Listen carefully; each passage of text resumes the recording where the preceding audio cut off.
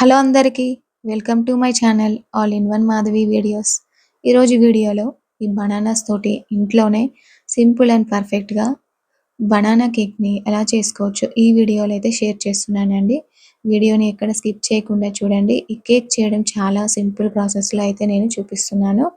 మరి మీలో ఎంతమందికి ఈ బనానా కేక్ అంటే ఇష్టమో కామెంట్ చేయండి.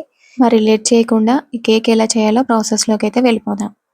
నేను ఇక్కడ స్టీల్ బౌల్ని అయితే తీసుకున్నానండి.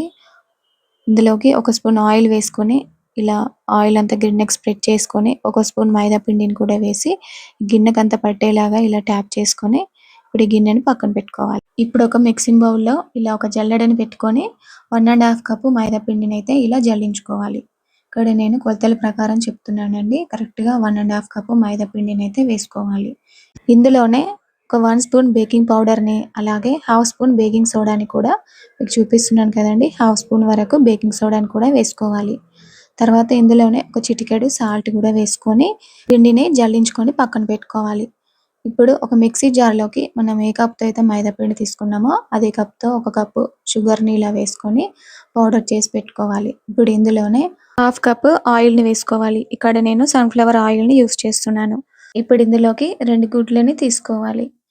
మీరు ఎగ్లెస్ కేక్ చేసుకోవాలనుకుంటే ఈ ఎగ్ ప్లేస్లో ఒక అరకప్పు వరకు పెరుగును కూడా వేసుకోవచ్చు.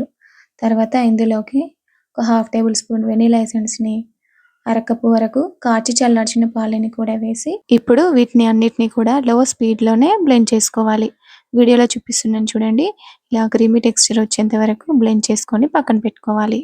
ఇప్పుడు మన మెయిన్ ఇంగ్రీడియంట్ వచ్చేసి ఈ 2 బనానాస్. ఇక్కడ నేను బాగా పండిపోయిన బనానాస్ని తీసుకున్నాను.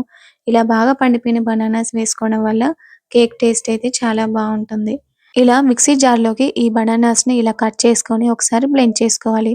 ఇలా పేస్ట్ లాగా అయ్యాక మనం ముందుగానే బ్లెండ్ చేసుకున్న క్రీమ్లోకి ఈ బనానా పేస్ట్ని వేసుకోవాలి. ఇప్పుడు ఈ రెండింటిని మిక్స్ చేసుకొని మనం ముందుగానే జల్లించి పెట్టుకున్న మైదా పిండిలోకి ఈ క్రీమ్ని కొద్ది కొద్దిగా వేసుకుంటూ ఇలా ఒక విస్కర్తో మిక్స్ చేసుకోవాలి.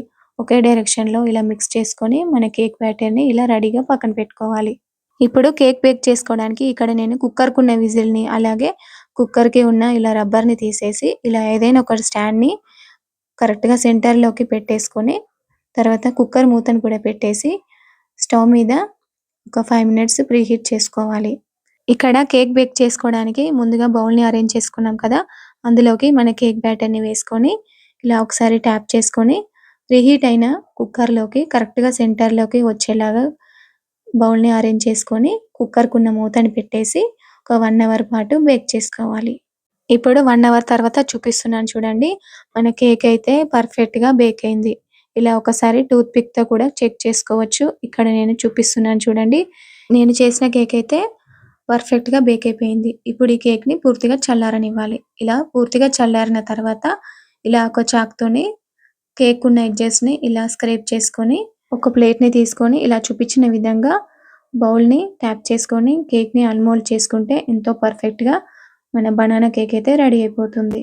మరి మీరు కూడా ఒకసారి నేను చెప్పిన ప్రాసెస్లో ఈ బనానా కేక్ని ట్రై చేసి చూడండి. ఎంతో టేస్టీగా ఫ్లఫీగా ఈ బనానా కేక్ అయితే చాలా బాగుంటుంది. మరి ఈ కేక్ని మనం 3 డేస్ వరకు స్టోర్ చేసుకోవచ్చు కాబట్టి ఇలా చిన్న చిన్న ముక్కలుగా కట్ చేసి మీ పిల్లల స్నాక్స్ బాక్స్లో కూడా ఇవ్వచ్చు. మరి అంతేనండి ఈరోజు వీడియో.